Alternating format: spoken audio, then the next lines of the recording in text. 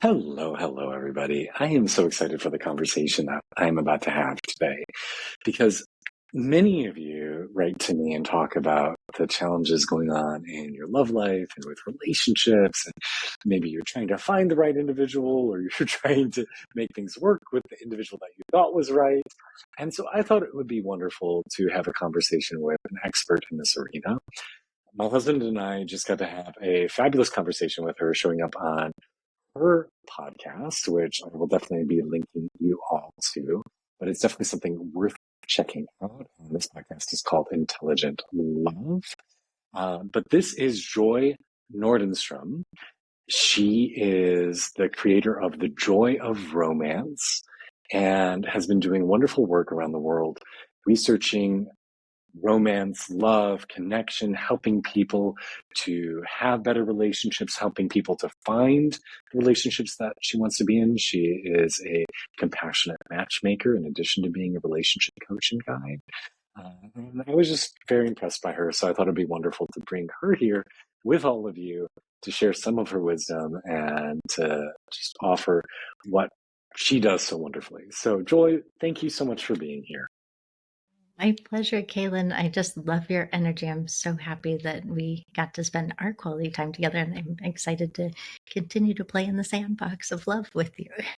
Oh, well, the feeling is very mutual. So, Joy, I'm going to give you an opportunity to just fill us in briefly about your journey of how did you become Joy of Romance? How did you become this individual who is holding these beautiful views and techniques and notions to help people connect with themselves and with each other?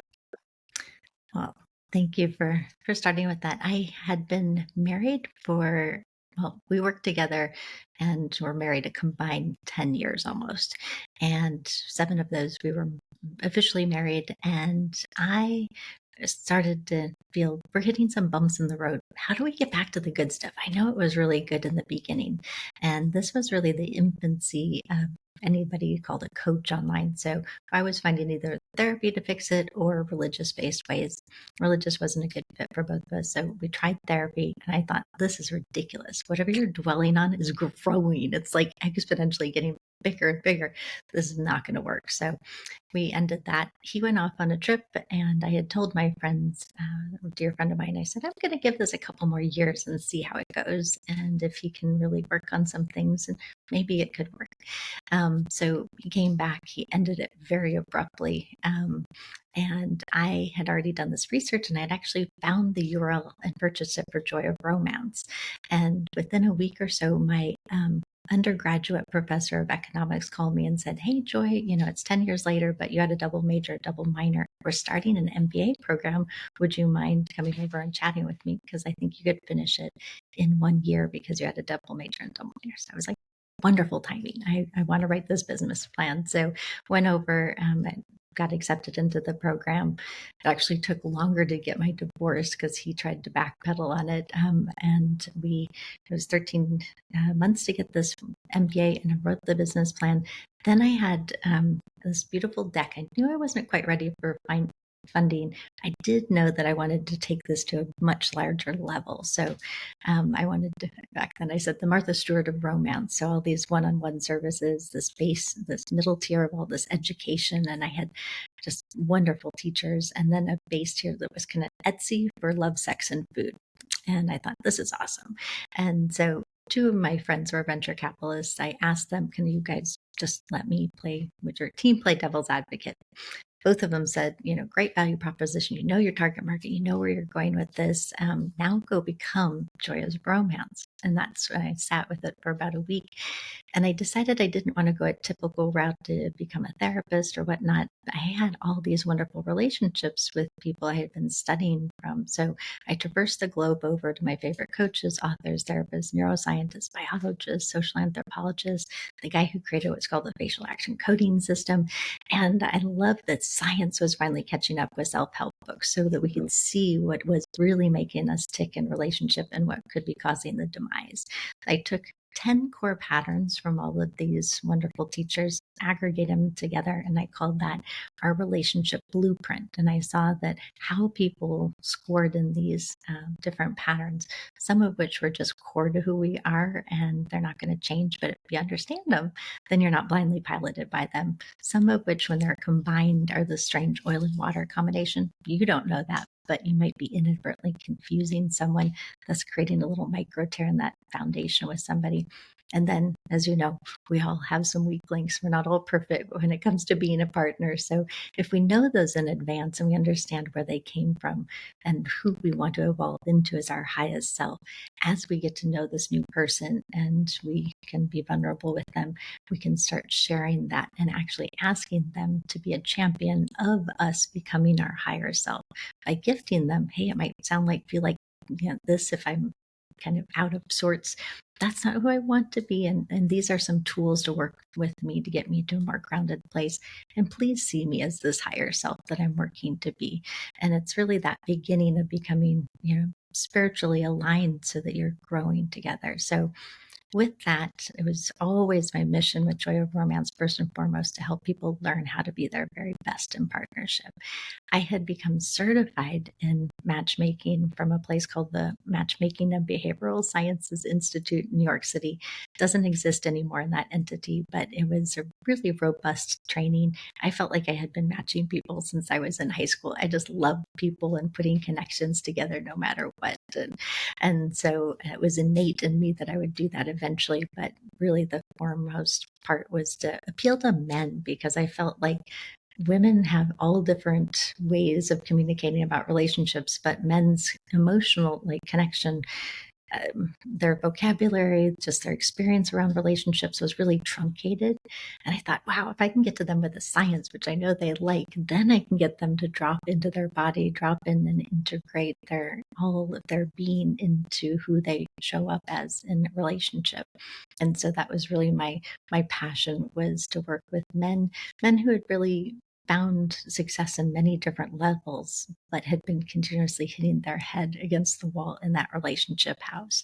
So that has been my forte. I've been doing it for 18 years now.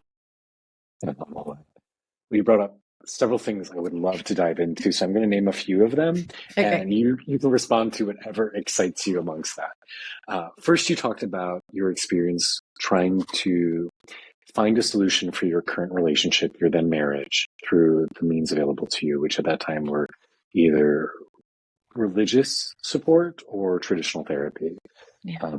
One of the things I frequently say to people, and one-on-one clients included, which is, therapy is a wonderful tool. It's a fantastic tool. I recommend everybody give it a go. And especially when you're dealing with really fundamentally challenging things about what's going on in your life, please go work with a therapist.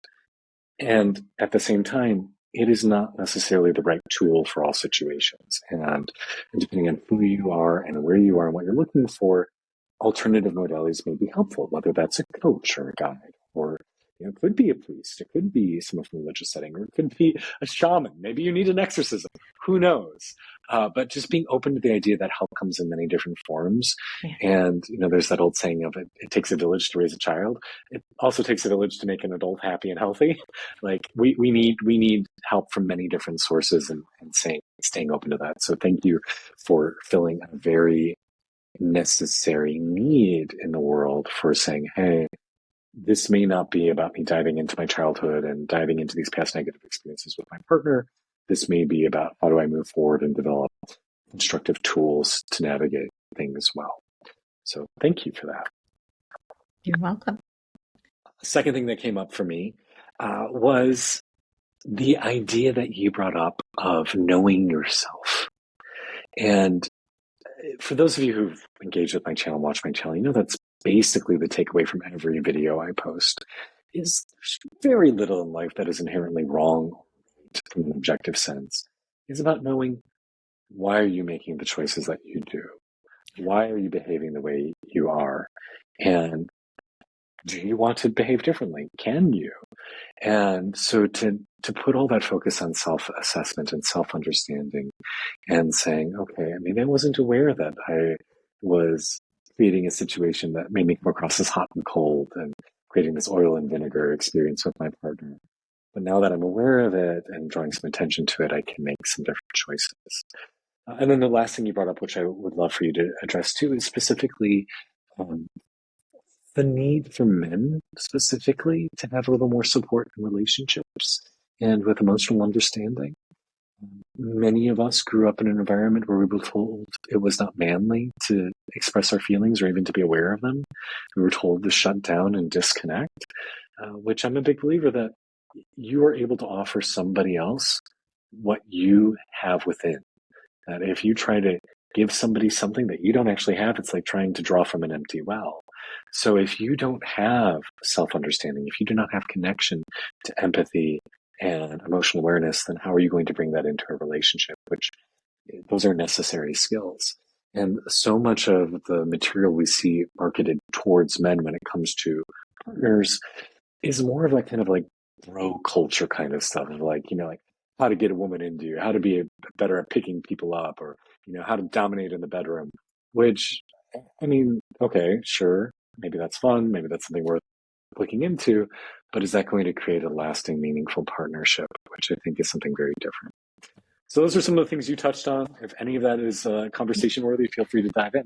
Most definitely. So well, for the last 2.5 years, every other Tuesday, I do an office hours, which is a live Zoom call. And sometimes there's a topic. Sometimes I bring in people and have conversations. And other times I'm just speaking to a topic and taking question answer. On Tuesday this week, it was about seduction and play and why the absence of those is really doing a disservice for us being able to get into a relationship and then stay in a healthy, happy, thriving relationship. And yes. and Play is a big thing for me, and I think something sorely missing in the world of masking. yes, and it's gotten worse since the pandemic.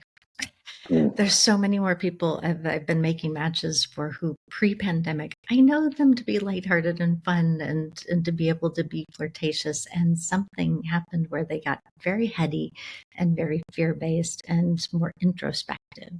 And that has really been killing their ability to move past date 1, 2, or 3 at times. So I thought that this was really important. And the idea of seduction, when I was interviewing this really really fabulous gentleman.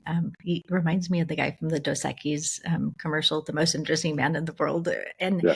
and he was like, it starts out where he was born in New York to lesbian moms, but raised by a Jamaican nanny who taught him how to cook. And he had a Jamaican restaurant that like soared when he was in his early 20s, and then went across the world. And I mean, he's done so many things, but then it came to him when he was an acupuncturist and acupressurist and Chinese herbologist. He went to Japan to do some studying, and he wound up being taken to see Shibari as an art form, which is Japanese rope arts. And he was so fascinated by that he started learning with some masters. And he was talking to his then girlfriend and said, I'm kind of getting sick of telling people, how to get better, and they're not paying attention to me, and I'm just around sick people all day. This is, really fun. And she said, I think you could make a business of it. And all of a sudden he actually did. And he launched the rope arts community in San Francisco, which is quite a big deal. So yeah. And he comes and teaches at my dinner party series called Devoured. So I was saying that because his definition of seduction was that you are leaning in, you are becoming so curious and interested in this person who you have as an object of your desire to connect with, that you're listening to something that they want to do that is a little off the beaten path, a little mischievous, a little like, flirtatious. And you are allowing them to come in to play with you. And you are bringing to surface something that they truly want, but don't really want to admit it to everybody. And so you're becoming this private investigator to find out, what is it that I could do to hold this space for and to create in a creative realm so that I'm bringing that out. Isn't that cool? That's very sexy. Yeah.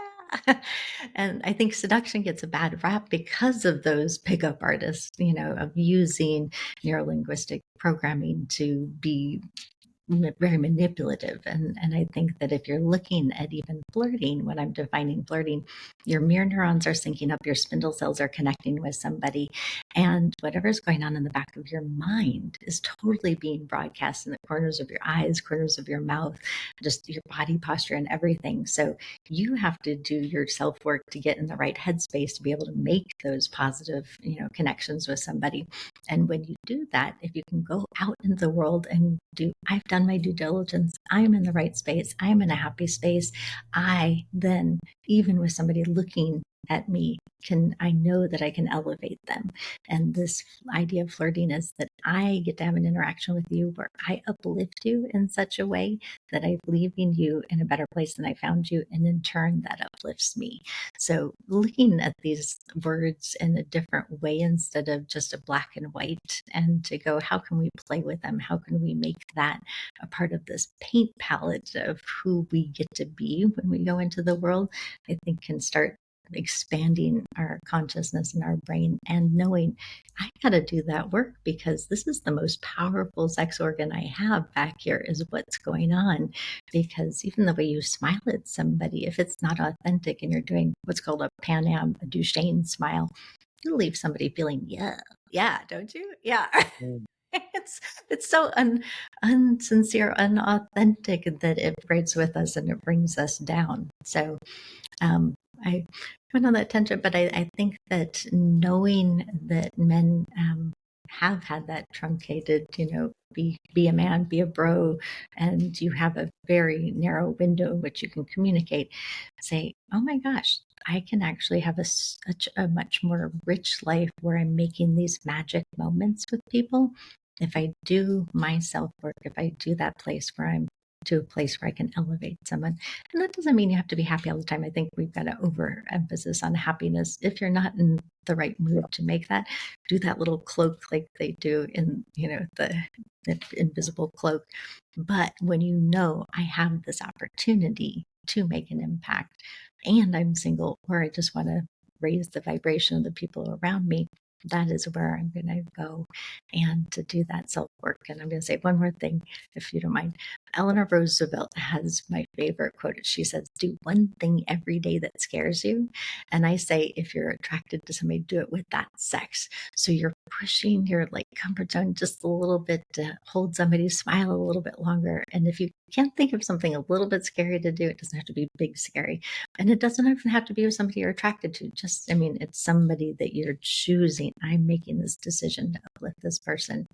And it's such a wonderful ripple effect. And you can also choose to do a random act of kindness, which might be a little bit easier for some people. So that is your life changes. It changes your brain.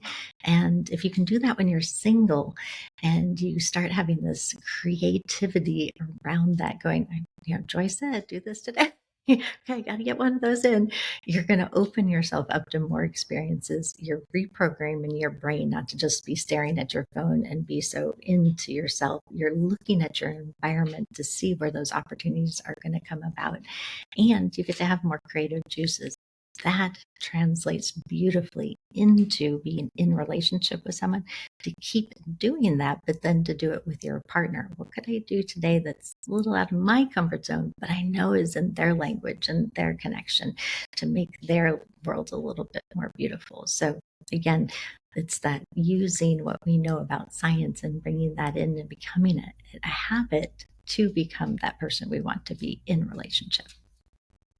Oh, I love all of it. I love the idea you shared too, that, and this could be just a sexual experience or it could be in a relationship experience, that the goal is to leave us both in a better place than we started off at. And you know, I find that there's a lot of people for whom that is a bit of a novel idea. That there is kind of this idea that the relationship or the sexual experience is about what it gives me.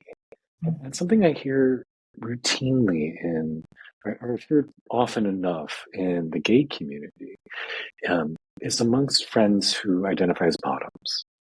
And both me and my husband identify as tops, so it's not something that we've had a lot of experience being in that role.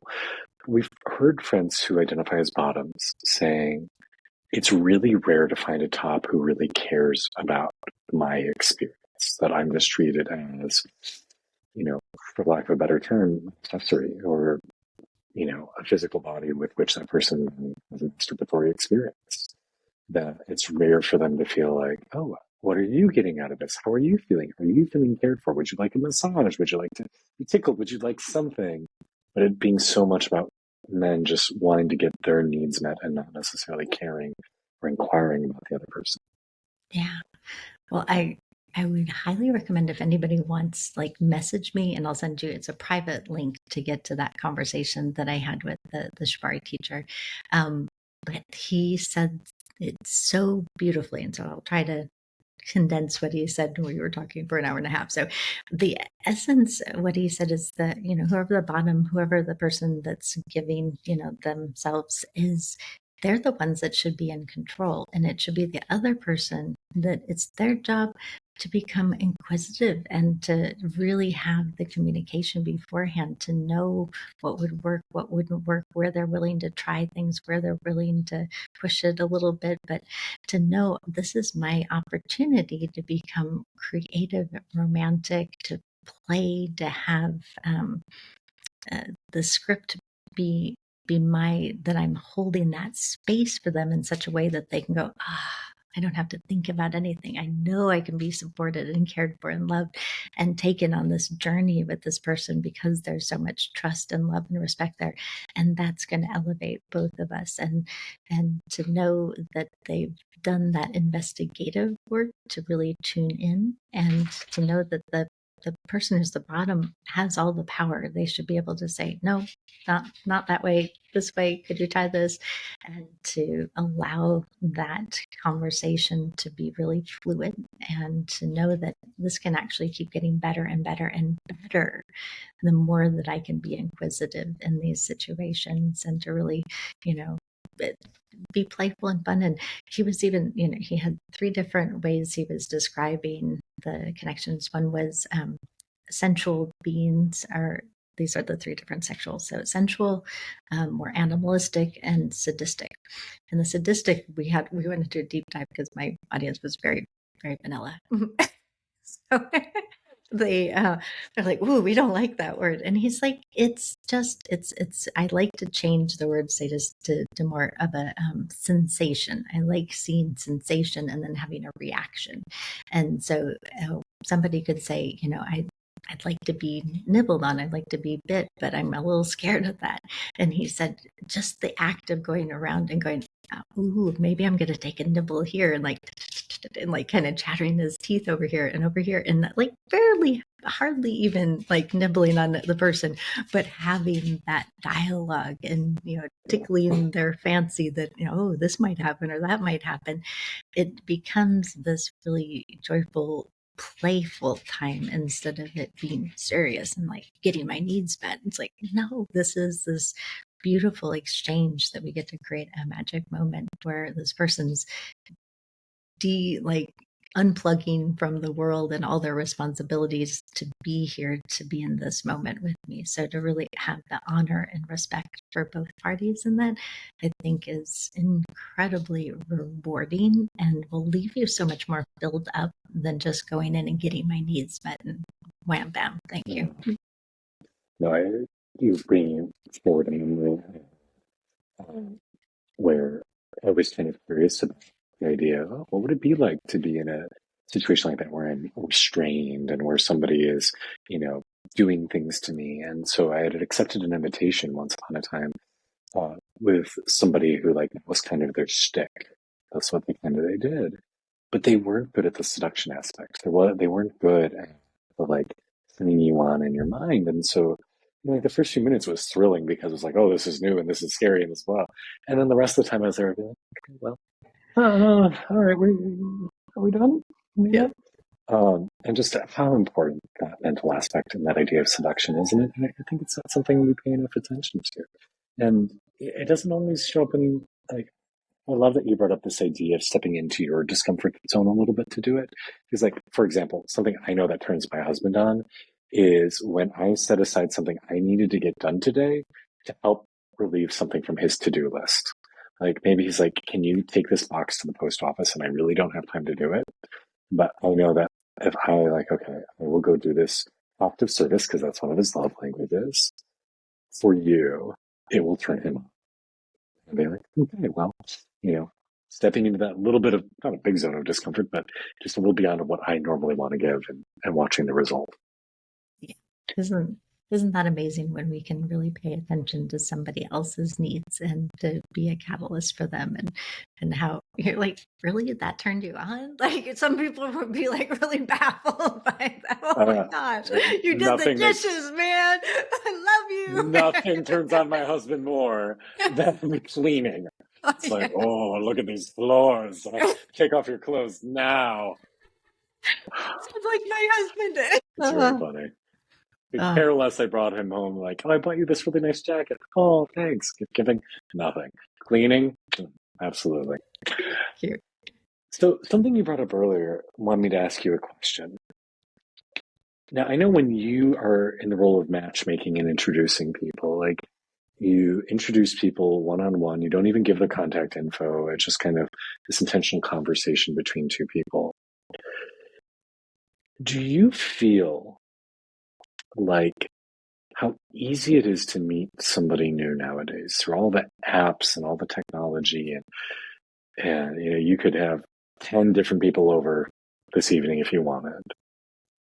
Do you think that lack of intentionality normally in the world, not just sitting down and being one-on-one, we got to really just be here with each other, do you feel like it's harder for us to find connection and bonding when you know there's 20 other guys you could have over this weekend, and so I don't need to invest in this one person because there's so many options available? Yes, there's like three things that I want to make sure that I address with that. Another interview that I did with a gentleman named Steve Dean. He is the #1 consultant for those apps and dating sites. He's actually has 300 profiles. He's polyamorous, and so it works on many different ways. And I got to interview him. I've been on lots of panels with him, but this year at the beginning of the year, he said, I don't like any of them. Like they're all about making the money for whoever started them. There's lots of creepy stuff behind the scenes. There's no algorithm that really works. He said the only one is the old school one is OK Cupid. If you answer enough questions, yes. If you, yes, I know. My spouse, yeah. Yeah. He said if you answer enough questions, the algorithm can work with you. And they've refined their questions over the years to make that process even easier, and that it's very non-judgmental. There's no weirdness, like eHarmony really, like I was rejected from it myself. So there's lots of things that are going on based on the bias of whoever started it and created the algorithm. And so he said that, and then there was something called Partyful, and getting people to meet in person was better because for me, I got to interview actually the gentleman who started OK Cupid when I was 7.5 months pregnant in front of the Commonwealth Club for Valentine's Day. It was very fun. He's now the president of Match and all of their properties. And we were talking, and I said, there's really this way in which we're starting to be shopping for someone. And when you think you can keep going back and filling the cart and trying something else, there's lack of accountability in being able to show up fully for that one person that's in front of you now. It's like people become disposable, and that I think is the worst feeling, to be in front of somebody and somebody's just checked out. And that's one of the things I think my service is so beautiful, is that if you're in front of somebody, it's like you're on date 8 or 9. There's been so much due diligence done. You're at least going to be really good friends with this person, or there's going to be chemistry, and things are going to move in that direction. But that person's invested, and that people are kind of coming like a community used to be, and watching out for people, or the matchmaker here, the person who nominated them over here, and so people are really excited to see what's going to happen from this introduction. One of my teachers who created chemistry.com for Match.com, Dr. Helen Fisher, she was the first person to put people into an fMRI and watch what their brain was doing in love. And she has these 4 different personality types, and each of those have higher receptors for certain love drugs in them. And so when she speaks, she hasn't written about this, but I've heard her speak several times. She said, there's a way in which our brains flip if we go past dating 9 people. It's that, it's a bit of a fear of missing out and not knowing enough that like there could be somewhere else, that there is something else that I'm supposed to be doing. And your brain just kind of gets so stretched thin, she said, that you're now not able to differentiate as much of a really good potential match for you. So again, it goes back to what we were saying in the beginning. Go back, do your due diligence before you meet the person. Get incredibly clear on what does make picking, this person, how do I pick a good partner? And that's really my expertise in the work that I do. It's called the Book of Me as a Partner. By the time you finish that, you're really crystal clear. I know who it is that would make a good partner. And I've created this love is statement, which is all the character behavior traits of this person, probably a few physical traits. And then the we, this is a specific, entity in and of itself. I always say the we is your first baby. So what kind of we do you want to have with someone? And that needs to be a part of that equation too.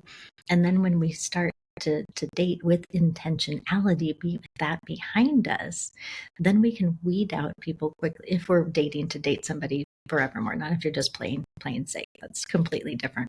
But if I'm looking for somebody I'd like to have as my forever one, so I don't have to go back out and do this again, I really want to make a life with someone, then I have this like litmus test with my patterns and with my love is, and I can go out and I can ask the right questions. I can ask the right questions of their friends and their family. I can see them in the situations. I can see what's important.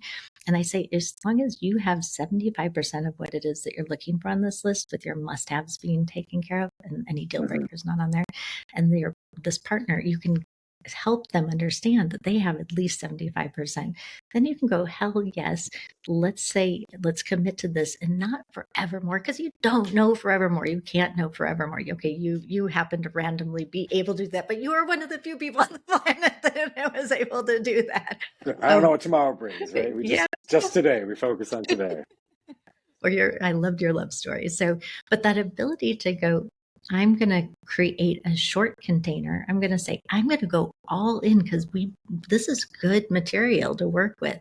So let's go all in for 3 days. Let's go all in for a month. Let's go all in for 3 months. And then let's check in with each other and say, hey, is this working? Is there anything you want clarification? Should we keep doing this? And so if you can do that all in, that's the only way that you can really start bringing your defenses down, that you can start becoming truly authentically vulnerable with somebody in this safe container. Because if you think that person might be hedging their bets, they have plan B, 1 foot out the door, then you have to peacock. You have to keep your defenses up. And then you're living with regret, because if they leave and they didn't get to see all of you, you're like, no, that really good stuff is right under here. It's right behind this door over here. You just didn't open that door yet, or you didn't chop down that wall that I put up, right? So knowing that I want to be able to choose, I have that capacity in my heart, my mind, my body to know I've come home. This feels like home with this person, and I'm going to put that container around. Let's do it to the best of our ability, and then check in, and then go into smaller chunks moving forward until we feel comfortable to go, okay, yes, this could be my forever one. And to be smart and to respect your heart and to not live in regret. That's just the worst when I see people in their 70s and 80s going, oh, let the good one go. I didn't fully show up. It always makes me so sad when I hear those stories. Yeah. There's a couple of things that you just brought up that sparked some memories of me getting to meet and get to know my partner.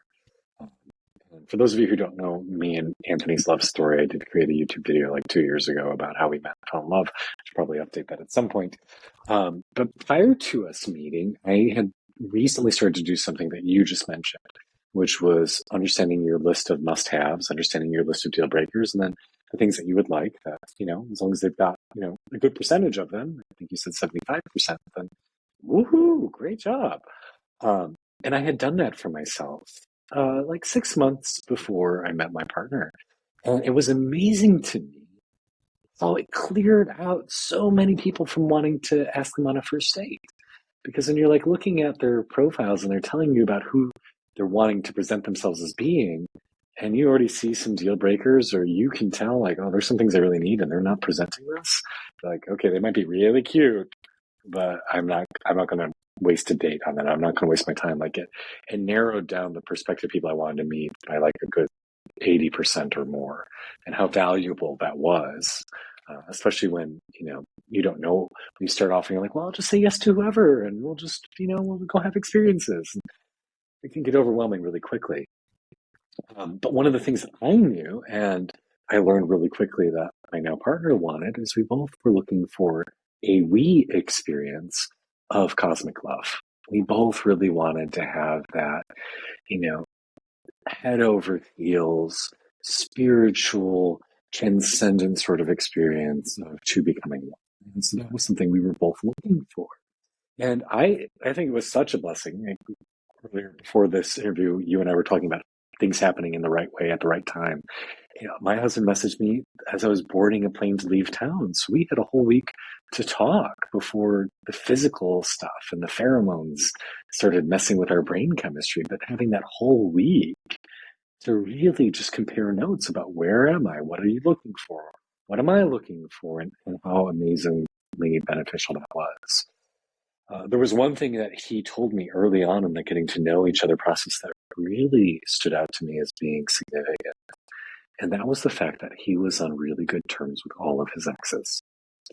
And what he said was, I've never understood people who leave the relationship and talk shit about others.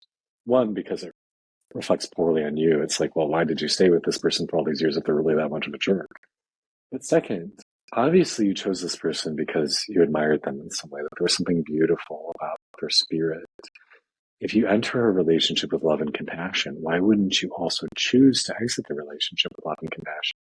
I mean, it's one thing to just say, you're a great person. You're just not my person. Or you're not my person at this point in my journey. And that was so admirable to me, for him to be like, yeah, I'm really good friends with all the people I've loved. And that spoke to me as the intentionality with which he was entering relationships and what he was looking for. And it was very meaningful to me. Yeah. And it also speaks to how loyal he is and consistent. So I think those are two really awesome traits too.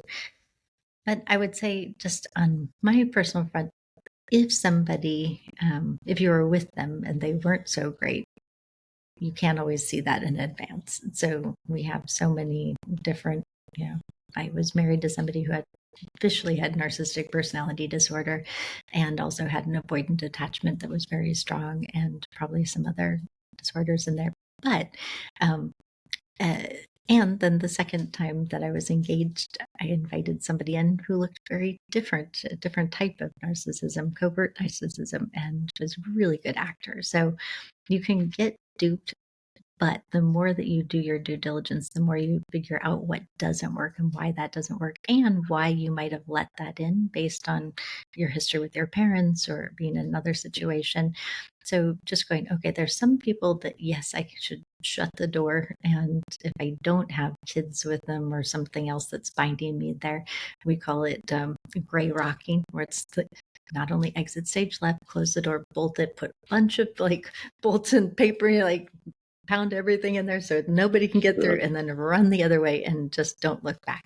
So once you've figured out this is a very unhealthy situation and how did I exit it? How did I do my growth? I think that's what you should be listening to if somebody got out of one of those relationships. And then hopefully, yes, if this was another partner that, hey, we just, we grew, we connected for this period of time, and then we weren't each other's forever partner, but we're still really good friends. And if you can hear that type of ability to nurture a relationship and to see the value in that person and to keep those ties going, I think that that's one of the most healthy things. And it also speaks to somebody who has a secure attachment. So when you're the attachment theory, a lot of people have heard about it. It's been talked about quite a bit. The book Attached by Heller and Levine was on the New York Times best, another odd one, but it's anxiously attached, avoidantly attached, securely attached, or disassociated, which swings between the anxious and the avoidant. And when somebody is securely attached, they will much more be open to having those long-term connections with people who they were in relationship with in the past, and to honor who that person was and to not point the finger, they did this. So you'll want to see that as a healthy thing to look for in partnership, and watch out for the avoidantly attached, because they come in fast and furious. They will put you up on a pedestal. They're thinking about you in this fantasy script, and they're futurescaping so fast that you're like, oh, that feels really good, and that's really delightful. You're saying that, but do you know me? Do you really know me? Can you say that? And so you start buying into it because we're older and maybe we can move faster than we thought we could before. But as soon as we get into it, that person then goes, oh, they might see Oz behind the curtain. I'm going to back up. And it's never as fun as it was in the beginning, when you were the full-on object of their attention and everything was about you. They were listening very carefully to your script and what they thought you wanted to fulfill this, imaginary thing, but they aren't going to take the daily ups and downs of the relationship very easily. They want it to always be fun, fun, fun, or I'm away from it. And so you have this rubber band effect that happens with them. And it's not fun to be in relationship with somebody for the long run with that. And we all have a primary and a secondary. So even the most securely attached person is going to have either or that disassociated going back and forth. So knowing how to understand and do the dance with somebody that has their weak link is really critical for the longevity of your relationship. But you don't want to choose, if you're single, somebody who's extremely avoidantly attached, because that's just going to be a rough road for you for the rest of your lives together. Yeah, man. At that point, if we all have a second, I did my little attachment style quiz with you before our interview, and my secondary one was avoidance. So we all have it, and we have it at different times, right? Like, it comes up from time to time. Yeah. It brings up that idea, though, if we all are responsible for our own healing work. If you are able to be in a relationship to the extent that you have worked on yourself and looked at your relationship with your parents, you've looked at your previous relationships, you've looked at how you show up with integrity for yourself, how do you show up for all your friends, and how do you move into a greater space of wholeness, internal belonging, external belonging, joy, authenticity, contentment, and then you're able to offer that to a partner. I often say, I think part of the struggles within the LGBTQ community, and this is something that has been much discussed, is that being born queer means that at a very young age, you're different from other people. You're different from other members of your family. You maybe don't know how, but you know that you're different, and different is dangerous. And so that there is an inherent trauma in the queer experience, because unlike other minorities, you don't grow up in a family group that necessarily reflects you. And so all of us have to go on our journey towards wellness, our journey towards wholeness. And there are a lot of gay men who don't. They think, okay, I came out, therefore I'm over my trauma. I've embraced myself. And this is the topic of the very famous book, The Velvet Rage by Alan Downs. Is no, there's more you have to do. There's a second coming up that means owning who you really are. And I think we see this how frequently in the queer community we see very abusive relationships, and very short-lived relationships. That there's this old joke that, oh, you've been together with this guy for 5 months? Well, that's 5 years in a straight relationship. Congratulations. So I don't know if you have any particular wisdom or insight for queer individuals, for gay men, about the particular challenges of trying to make things work in contemporary queer society? A couple different things. One, I do coach with both, with anybody who wants to find their most perfect one and to be their best in partnership and to go through that journey. I call it the book of me as a partner. The component that I have been working with couples on for the last, or individuals for the last 10 years, is being able to identify what I call the residual yuckies. So things that have happened in your past that just, you can go, ugh, and that happened. And I I go, love how playful you describe it. That's a great way to approach that. and Yes. we all have them, you cannot escape and be this old without having those residual yuckies. And we see in science that prior to age 23, it's our bodies just reacting very quickly in that moment to it. And it's the body going, save this person, keep this person healthy and alive, and put a story on it really fast. And so you see a contraction actually in somebody's body, you see it in their mind, you see it in like a more of a fear-based, you go to one of your 7 self-limiting beliefs, you'll attach to those incidences. So it was beautiful way the universe put forth to be able to find out about this practice and to be able to incorporate into what I did. I won't get into the long story of it, but I was just studying the science behind PTSD and was asked to write a chapter in a book with a gentleman who had created the #1 rated reduction of PTSD course for the Pentagon.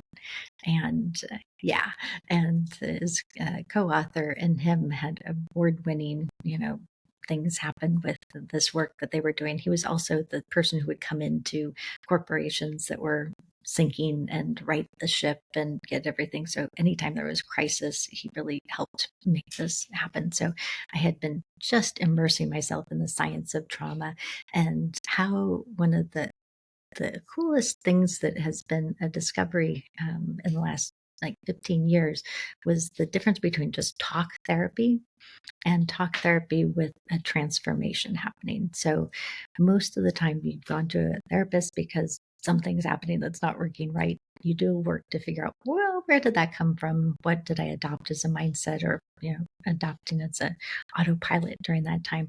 Then we talk about it so much, we inoculated ourselves to it. Then they go, okay, what should you do if this happens again? And you get again in your brain all logical about that.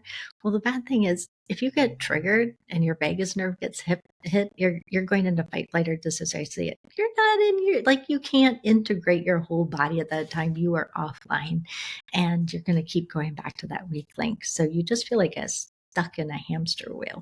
And so where they saw the transformation happening and to really be able to put that PTSD, you still remember it as a bad memory, but it's not that hijacking that happens to take over the unconscious subconscious level. If you can go, this is who, because that bad thing happened, I have the choice to become a better human being. I have a choice to shift this. Who do I want to be? And we create these I am statements around who that is. And I do 3 different things. One, once we have this whole timeline, it starts in utero because you're being flooded with whatever was happening with your mom's system when you're in utero. That has like come into play so much in some of my clients' lives that they didn't even have any clue what was playing out in bad relationships sometimes. So we have all of those titles, we neutralize them. Then I have somebody come in and do a kinesiology report of how those are affecting your ability to attract and to be able to a wonderful, loving, thriving partner and to co-create this relationship together. And usually 7 to 10, if not more, come to the surface. Then we'll go through those and look at them and go, oh, wow, your little kid self, if it's pre-23, if it's after 23, it's one of those sucker punch things that we did get either a little micro PTSD, a visceral PTSD if we saw somebody that we really loved, something happening, or we got it a hit ourselves. So we go, okay, well, our body is just trying to protect ourselves. That happened. Who do we want to become? we create these beautiful I am statements of who you're growing into because of this. And then I do 3 meditations for people. One that's a grounding. They do ones just to get into the right space to accept and those work. One that's a clearing, and you're doing guided visualization with imagery that you've helped me create. And then we do a third one that's the one you listen to all the time for 30 plus days as you're programming it into the theta state. So right before you fall asleep, and maybe one other time when you're going to meditate during the day, but you are using visualization, you're using acupressure and this way of anchoring through smell and your senses. And you're really going, this is who I want to become. I am embodying this. So then when you get hijacked, you actually have the capacity easier. It's a work in progress always. But if you can tell that story to whoever your partner is, as I was explaining in the very beginning, they can have such empathy and understanding, and they can cheerlead you to be this person. And this ability to look at somebody when they're misbehaving as a partner with that softness in the corners of your eyes and your mouth and going, oh, that's that hurt heart. I love you. I see you as who you want to be. I'm not going to hold your feet to the fire that you're a blank, blank, or blank because you're doing this and really misbehaving right now. That I think is that spiritual connection of growth that you can catapult past those little tiny wheels of being a hamster wheel to a bigger wheel and a bigger wheel and a bigger wheel. You're always going to be working on something, but knowing that and having that journey has just been gold for me, because then I can see where both people, if they just started the relationship, where their little kids are playing in the sandbox and started throwing sand at one another instead of just the words they're saying up there. And it becomes so much faster to help people overcome the challenges and to create those pattern interrupts, because they understand the science, they understand the empathy of where it came from, they understand that they actually have the reins to control that, and they don't have to be led by whatever negative stories that came out in their childhood. That I love things to go fast. I like rapid transformation. And this has just been so dynamic to see this. And the first woman that I worked with at this, and her husband to be, they actually asked me to marry them during the pandemic. So I know this works incredibly well. And just to see how rapidly people can become a tighter we, and to understand dealing with conflict on an interpersonal level is so much more challenging than dealing with that on a business level or a friend level or even a family level out here, because you're so vulnerable, because you really only choose 1 or 2 people in your whole life that are going to get that close to you. And when you've given somebody that and you've been so vulnerable that they can hold that space, it's just so beautiful when you can honor one another where you come to and who you're evolving into together, and to keep that spirit of wanting the best for one another alive. You share something personal, Yeah. which is obviously, given the nature of this channel and the work I do, I'm always on my own healing journey, trying to find wholeness and work through my own experiences. Even still, there are times where those old memories, something will bring it up, and there will be this PTSD experience that brings it forward. And how grateful I am to have a loving, compassionate partner to hold me through those moments. So 2 or 3 weeks ago, I got severely triggered of a sensory experience, or being reminded of being a young person in my early teenage years and being so horrendously bullied. And from basically middle of elementary school through beginning of high school, just being told every day I was worthless and didn't deserve to live and didn't deserve to be here, and would cry every single day because of how I was treated. But something came up in my life where I was very viscerally reminded of those middle school years. And later that night, I ended up on the floor of the bathroom just weeping uncontrollably. And my husband came in and put his arms around me and said, "Where are you right now? Who is the person that you are? You're not in that space anymore. You are a healthy, strong, beautiful person who can protect And so to have that partner that is able to, who I trust so deeply, but is able to reflect that back at me and help me stay in that space, like what an amazing gift that is. And so for you to be able to give that to your clients is such a tremendous boon. Ah, thank you. It is such rewarding work to be able to do that. And I loved too how he brought you back. Is that here? Is that now? I have another exercise that I created way back in the day, even before when I was in undergrad. I had had a motorcycle accident and I was really depressed and for a bit. Just a lot of negative things were happening, and I had to like commute like 3 hours on public transportation to get over to my college from the city, and it was just so depressing. And so I created this combination of positive psychology meets Buddhist thought, just with my own take on it, but and biofeedback. So every time I'd hear a particular trigger, which there was a campanile that would go off, I would say, okay, mind, what have you been, noodling on for the last hour? Because we're so unconscious of our thoughts and they're the same ones over and over again. We got to get our wrangle on that, the ones that are negative. So I'm like, oh, okay, that's not so great. That's not cool either. Okay.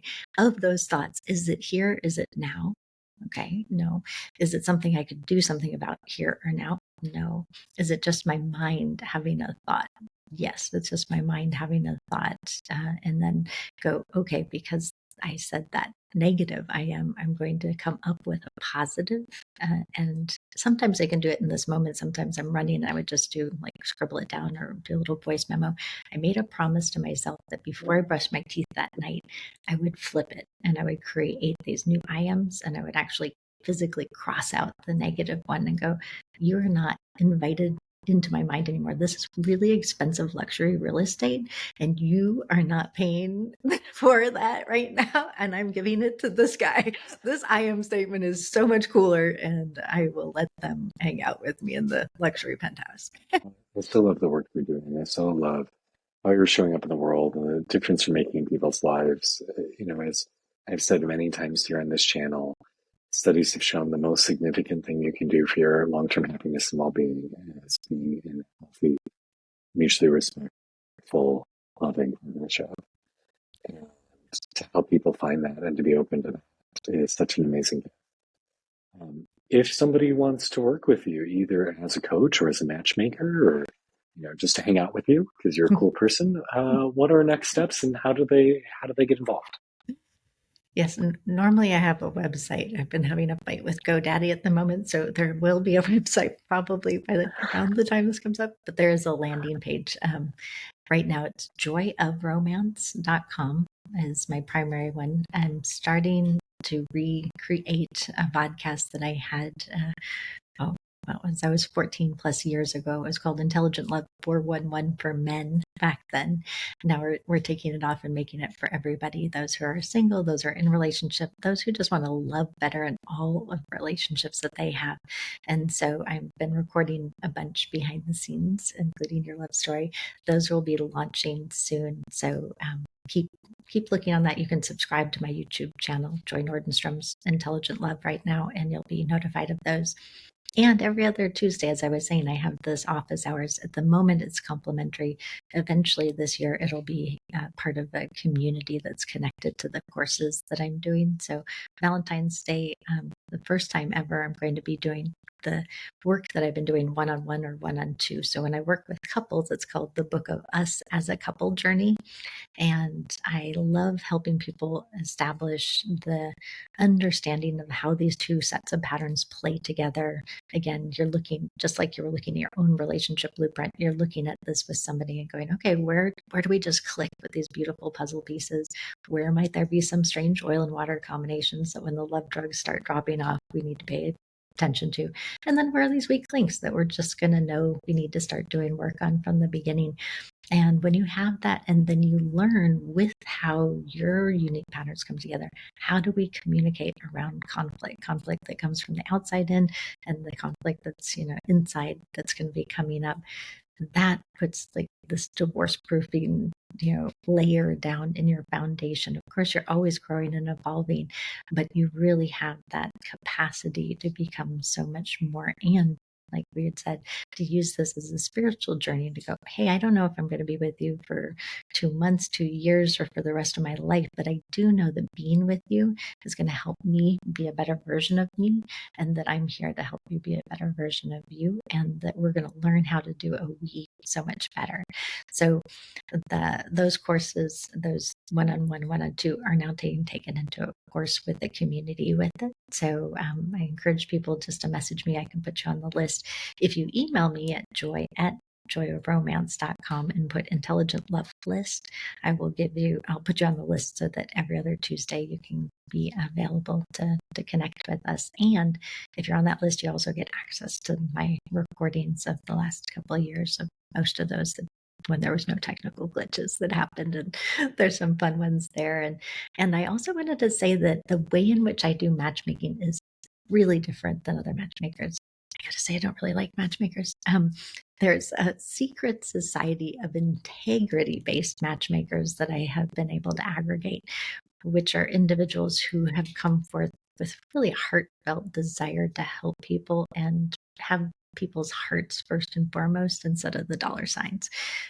Majority of those who are calling themselves matchmakers have big dollar signs, and some of them can fetch that and they do a great job. Some of them not so much, and the majority of people are working on what I call a quota system to try to just put people in front of, just fulfill so many warm bodies in front of you.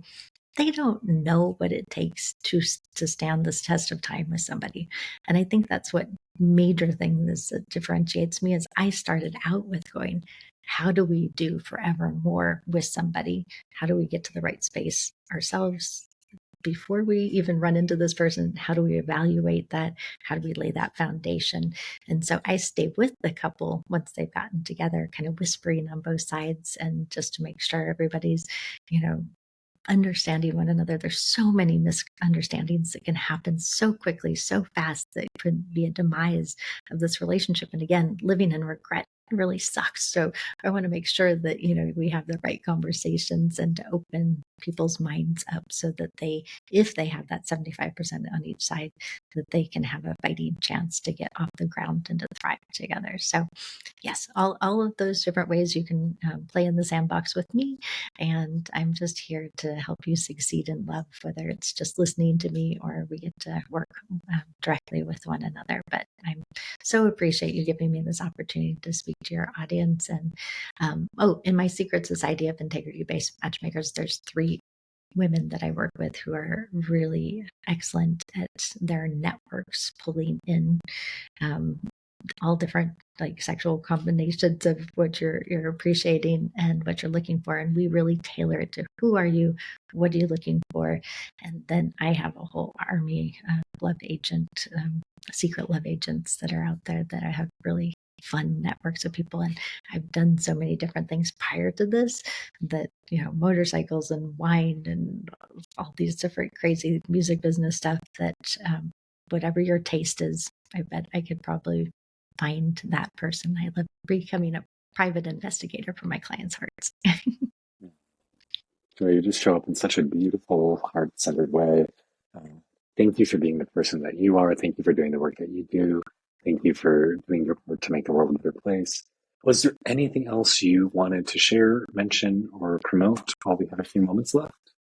I think I said it all. I said a lot. So I appreciate, again, you just giving me the space to do that. And I know in this next few years, I feel like I was kind of hibernating, even before the pandemic, because of having my son, and I had some health things. So I'm just ready to start expanding. So I'm going to be on a lot of social networks. I'm there now, but I'm just not as active, but I'm ramping up to be active and to have a lot more content out there, because it's for the good of my son and my stepkids that I can try to promote as much love in the world in a really healthy way. And my stepson has just come out himself, so I'm very excited to support him in his journey. All of her links are in the description below, so please check them all out and reach out if this is something that you feel will be helpful for you in your journey. Joy, thank you so much for making the world a little brighter. Thank you for being here today. Thank you. Thank you. Take care. Bye.